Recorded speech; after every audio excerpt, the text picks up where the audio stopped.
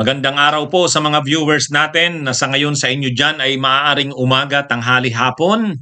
So, mga kabunyog, ito talagang si dating Senador Sonny Trillanes. Talagang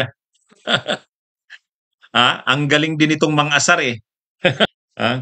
Ah, mga kabunyog, itong si dating Senador Sonny Trillanes, alam naman nating mainit na ang dugo ng mga Duterte dito. Isa sa mga pikon na pikon dyan kay Trillanes, si Pulong. Bakit? Naalala nyo yung pagdinig sa Kamara no, ay sa Senado noon. Pinapahubad ni Trillanes noon si Pulong ng kanyang damit para makita kung may tatunga sa likod nito. Hindi, di pumayag si pikon si Pulong. Presidente na noon Presidente na si Duterte noon. Oh. At saka ito talagang si Trillanes ang ang nanguna dito sa pagsusulong nito. Nagsisimula pa lang ang panunungkulan ni Duterte, isinampa kaagad ito sa ICC. Sila Trillanes yan, saka sila Alejano. At syempre, yung mga grupo ng Kabayan Black, yung mga leftist, yun, kasama na rin yun. Pero kasama sa mga nauna talagang nag-initiate ng reklamo sa ICC, pagsampa ng kaso, itong sila Trillanes. Kaya mainit talaga ang dugo nila diyan. Nila Duterte. Ngayon mainit na usap-usapan yung warrant of arrest. Kahit nga si Roque nagsasabi, hindi malayong mayroon na talagang i-issue warrant of arrest. Ang patunay ni Roque, bakit nasabi niya na mayroon ng warrant of arrest yan? Kasi daw nagsasabi na si Trillanes na anumang oras lalabas ang warrant of arrest. Complainant sila Trillanes. Kasama sa tumutulong sa mga complainants. Kaya sabi ni Roque, sila Trillanes, alam nila yan. Alam nila na talagang gumugulong na yan. Ngayon, di ba nataranta nung isang araw si Duterte. Yung kwento ni Roque, na sabi ni Roque, gabi tumawag sa kanya si Digong. Pagtawag sa kanya ni Digong, sabi ni Roque, pinapaalam daw kay Roque na parang mayroon daw information, reliable information si Duterte na nakuha na aarestuhin na siya. So taranta na, no? Taranta na si Duterte. Sa kwento mismo yan ni Roque, hindi hearsay yan. Kasi sinabi ni Roque, tumawag talaga sa kanya si Duterte. Ngayon, habang natataranta si Duterte at ang mga supporters nito, dahil posible na nga itong arestuhin, itong si Trillanes naman naglabas ng pang-aasar. Sabi ni Trillanes, chill lang. Huwag kang praning. Relax ka lang. Huwag kang praning. Masyado kang praning Wala pa namang warrant of arrest, sabi ni Trillanes. At saka, huwag kang mag-alala, darating din yan. At darating yan sa panahong hindi mo inaasahan. Talagang, sigurado nakarating na ito kay Duterte. Sigurado nakarating na ito. Piko na naman ito kay Trillanes sigurado. Anyway, panoorin natin mga kabunyog. Naniniwala si dating Senador Antonio Trillanes IV na wala pang warrant of arrest na ini-issue ang International Criminal Court o ICC laban kay dating Pangulong Rodrigo Duterte. Sa kanyang post sa social media na X, sinabi ng dating mambabatas na wala pa siyang alam hinggil sa paglalabas ng ICC warrant. Nagpasa rin din ito sa kampo ni dating Pangulong Duterte at sinabing mag-chill lamang at huwag masyadong praning.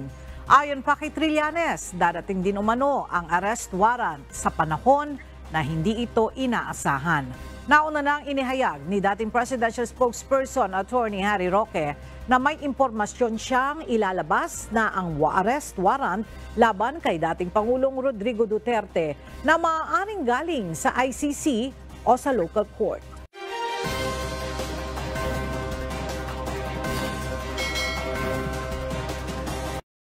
Yan. Ayan mga kabunyog Napanood nyo? Anong sinabi? Ito yung sinabi ni Trillanes There is no ICC warrant issue that I know of. Chill lang. Masyado naman kayong praning. Darating din yan when you least expect it. Matindi rin, ano? Ha? Bakit kasi bakit kasi alam ni Trillanes yan kung may lalabas ng warrant? Kasi nga, complainant sila eh. Sila yung complainant niyan. Sila yung nag-initiate niyan sa Dahig. Kaya, kumbaga, alam nila Trillanes kung ano nang nangyayari sa ICC. Nung pumunta nga, nung December nga, di ba, 2023, sabi ni dating Senador Sani Trillanes, ano yan, may information sila, reliable information. O yun, kinumpirma ni Trillanes yun. May reliable information sila na pumasok sa Pilipinas yung mga investigators ng ICC noong December 2023. O yun, inano yun, kinumpirma yun ni Trillanes na mayroon sa kanilang information na nakarating na pumasok yung mga investigators ng ICC sa Pilipinas noong December 2023. At dahil parang nag-wrap up na, ibig sabihin tapos na ang investigation ng ICC, ang kasunod na talaga niyan, lalabas na ng warrant of arrest. So, ang sinasabi ni Trillanes, lalabas na yan. Kaya lang hindi alam kung kailan. Pero hindi magtatagal.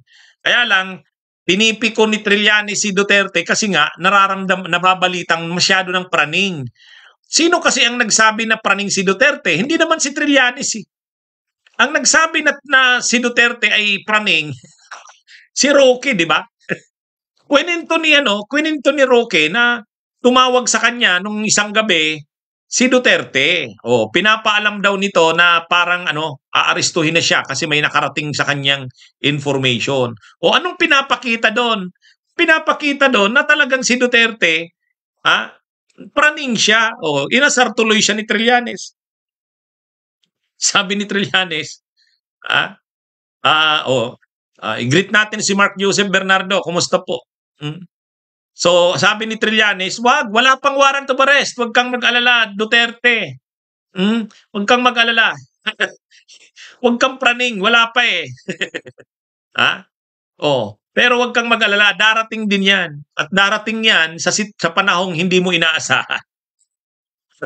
Tindi, Anyway, ipaliwanag ko lang sa inyo mga kabunyog. Ipaliwanag ko. Nasa ang stage na ba kasi ang kaso? Nasa ang stage. Kung sa atin, pareho po yan nasa preliminary investigation. Kumbaga, nag-iimbestiga pa lang ang ICC. Kung sa atin, ang stage na yan ng reklamo, criminal complaint, nasa stage na po ng investigasyon.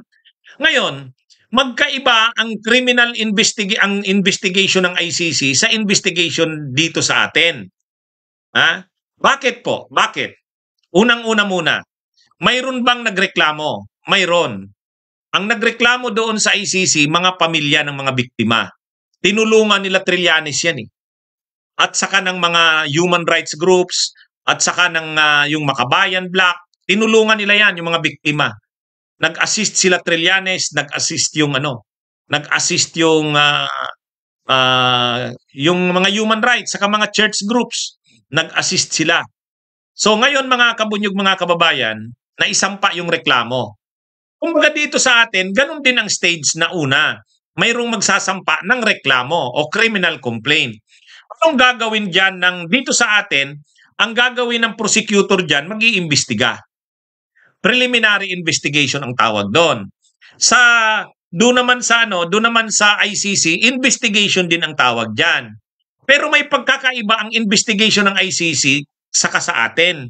Dito sa atin, ang preliminary investigation, papadalhan ang akusado ng mga subpina. Papadalhan ang akusado ng mga subpina. Sasagutin niya, magsasubmit siya ng kanyang counter affidavit. So, dito sa atin, sa simula pa lang, alam mo na kung sino yung nirereklamo o yung hinahabla. Sa katunayan, yung mga nirereklamo na pinangalanan, sila na yung papadalhan ng kopya ng complaint affidavit. Tapos magsasubmit yung nirereklamo ng kanilang counter affidavit. Dito po sa ICC, walang ganun. Walang ganun po. Kasi ang sistema nitong ina-adapt, yung European system. Inquisitorial po ito. Anong ibig sabihin niyan? Magkakandak ang ICC ng investigation, hindi nila papadalhan ng kopya niyan yung mga nirereklamo. Wala, hindi po ganun sa ano. Kaya may natanggap na ba sila Duterte, sila Sara Duterte, sila Bato, sila Bongo? Hindi. Nag-iimbestiga ang ICC, sikreto yan. Sikreto yan. Hindi yan tulad dito sa atin, yung prosecutor, hindi sikreto yung pag-iimbestiga niya kasi pinapadalhan niya pa nga ng kopya yung ano, yung akusado ay yung rinereklamo pala, yung respondent. Pero sa ICC investigation wala pong ganun. Nag-iimbestiga lang ang ICC, iniipon nila yung mga nakukuha nilang mga impormasyon. Tapos pag lumabas sa kanilang investigasyon na talagang may probable cause, magsasampa sila ngayon sa korte na ng demanda. Doon na nila papangalanan kung sino yung talagang hinahabla sa korte. Kaya wala po dito, hindi sasagot dito sila Duterte. Sila Duterte, ipapatawag na lang yan ng ICC or ng International Criminal Court pag mayroon na sa kanilang isinampang demanda. Mag-i-issue na ang korte ng warrant of arrest. O yan, ganyan po yan. Kaya ito, investigation, pagkatapos ng investigation, warrant of arrest na yan. Dito sa atin, yung investigation ng prosecutor, ng piskal, papadalhan ng kopya yung rinereklamo.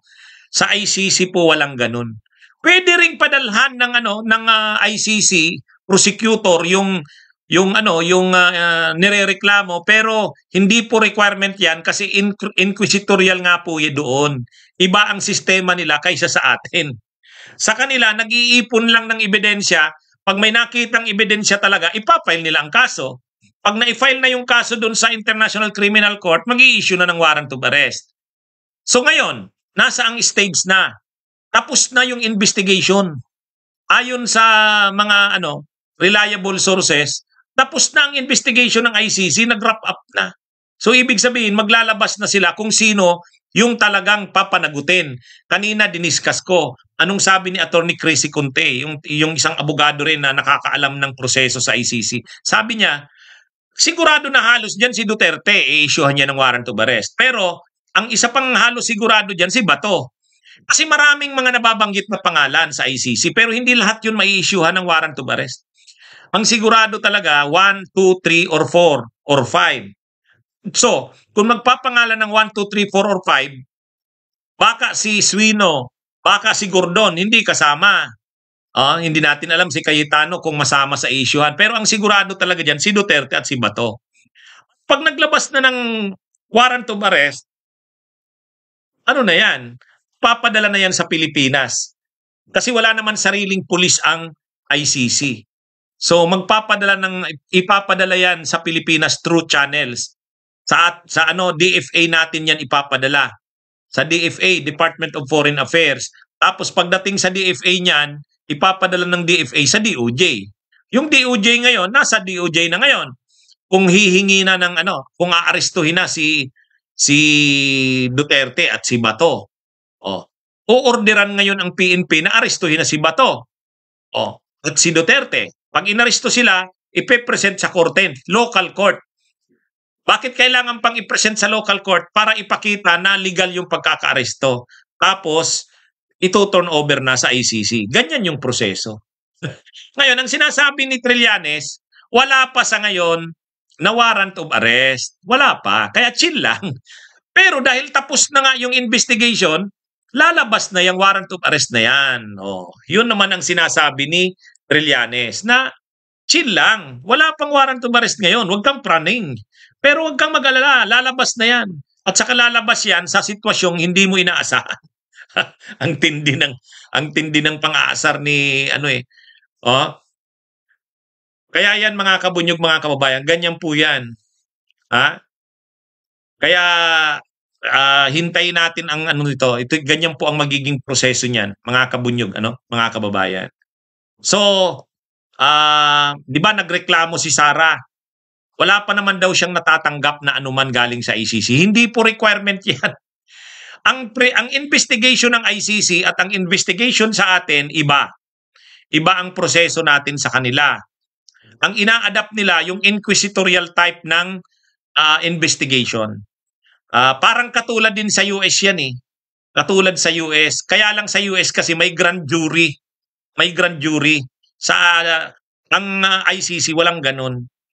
Pero kaya sa atin kasi ang preliminary investigation, yung complaint affidavit ipapadala mo sa nirereklamo para magsagot siya, mag-submit siya ng counter affidavit.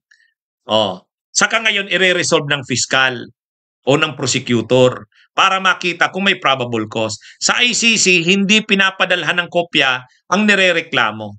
Basta alam lang nila na name-mention sila sa mga affidavits dun sa mga sinumpang salaysay ng mga nagrereklamo at mga testigo kung nababanggit si Duterte, si Bato, si Sara, si Bongo, si Cayetano, si Gordon, nababanggit doon. Pero hindi ibig sabihin niya na yan yung mai-issuehan ng mga warrants of arrest. Batay sa investigation, i-determine sino yung may mga pananagutan. Kung ang may pananagutan si Bato, si Duterte, si Bongo, si Sara, sila yung mai-issuehan ng warrant of arrest. Yung iba hindi. Pero tapos na ang investigation. Anya.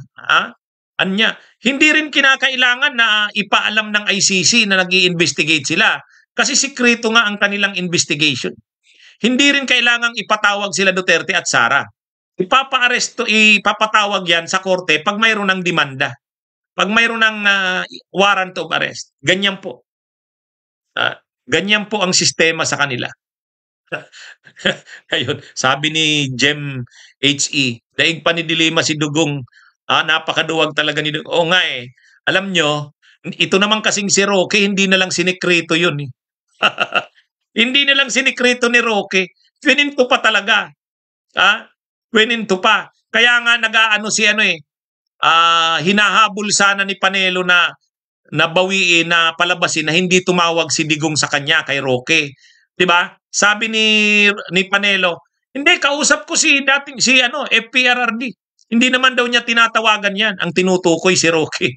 Kaya lang, siyempre, napahiya si Roque. Nagsalita uli si Roque sa programa niya. Sabi niya, sa kasablog niya, sabi ni Roque, tinitindigan ko. Talagang tumawag sa akin si, tawag nila dyan, Tatay Digong daw nila. Tumawag daw sa kanya. At sinabi talaga ni Tatay Digong nila, sabi ni Roque, na mayroon nga daw balibalitang aarestuhin na talaga siya. Anong doon? Pinanindigan talaga ni Roque. Wala nang comment si Panelo. Wala nang comment. Ibig sabihin, totoo talaga yon na tumawag si Duterte kay Roque. Kaya lang, anong nare-reveal doon? Ang nare-reveal doon na praning pala si Duterte. Takot pala siya. Takot. Kaya ngayon, kinakantsawan ni Trillanes. Anong kantsaw ni Trillanes? Chill lang, huwag kang praning. Wala pang warrant of arrest. Pero darating yan.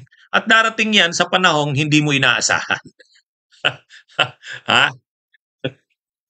Yan mga kabunyog. Yan yung nangyayari dyan. Okay. Sige po mga kabunyog, mga kababayan. Magandang araw po sa inyong lahat. Bunyog, bunyog, halikan na kasama ka. Bunyog, kapag buklod ay may pag-asa. Luzon, Visayas, Mindanao, isa ang pananaw. Sa bagong Pilipinas ang bunyog isisigaw.